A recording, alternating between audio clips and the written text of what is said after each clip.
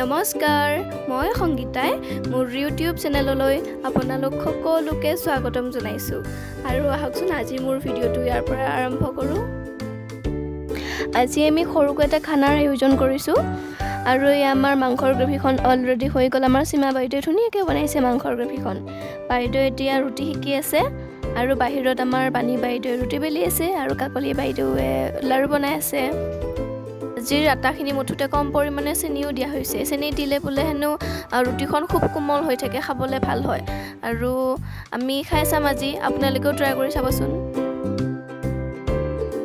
এইয়া আমাৰ বাইদেৱে ৰুটি বনোৱাত লাগিছে। সোনকালে হওক বুলিয়ে 2টা চৌকাত ৰুটি বহাই দিছে।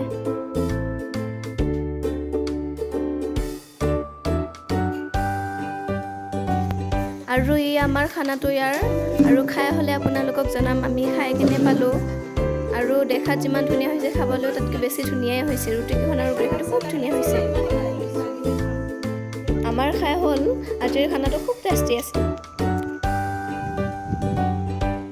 এইখনেই হৈছে মণিৰাম জাতীয় বিদ্যালয়, অৱস্থিত ঢেকীয়াবাৰী মায়ং। আপোনালোকে যদি আপোনালোকৰ ল'ৰা ছোৱালীক ইয়াতে দিব বিচাৰে তেনেহ'লে দিব পাৰে। এডমিশ্যন অপেনিং চলি আছে আৰু বিদ্যালয়ৰ পৰিৱেশটো চাওক, খুব ধুনীয়া পৰিৱেশ। ইয়াতে অংকুৰৰ পৰা 5ম শ্ৰেণীলৈ আছে। আমাৰ বিদ্যালয়খন ৰাস্তাৰ পৰা অকণমান ভিতৰত সোমাই আহিব লাগিব।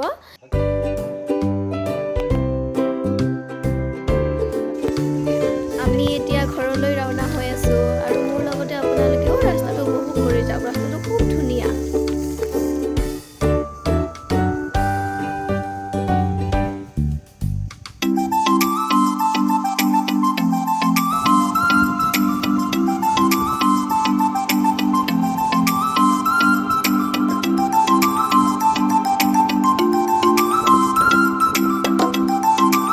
খুবেই সুন্দৰ পৰিৱেশ।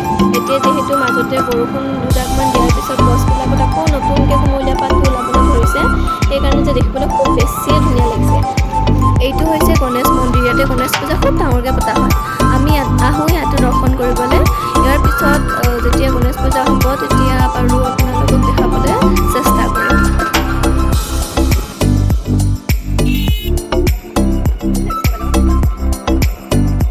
এইবোৰেই হৈছে প্ৰকৃতিৰ অপৰিসীম সৌন্দৰ্য, যাৰ কোনো সীমা নাই। প্ৰকৃতিৰ প্ৰতিটো ৰূপে আমাক দৈনন্দিন এটা নতুন নতুন সৌন্দৰ্য উপহাৰ দিয়ে।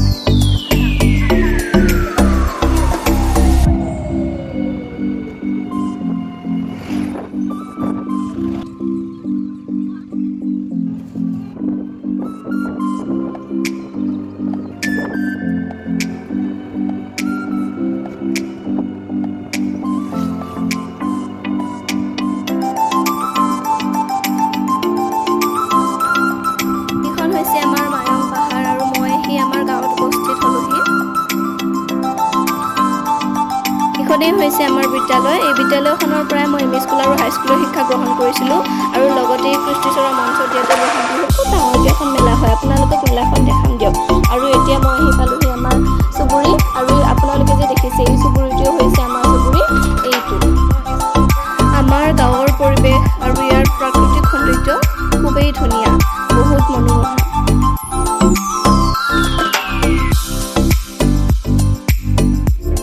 এতিয়া ৰ'দটো খুব চোকা, চকু মেলিব পৰা নাযায় নহয় জানো। আৰু এতিয়া মই গৈ আছোঁ ঘৰলৈ। আজিৰ ভিডিঅ'টো ইমানতে সমাপ্ত কৰিছোঁ আৰু মোৰ ভিডিঅ'বোৰ এনেদৰে চাই থাকিব। ধন্যবাদ।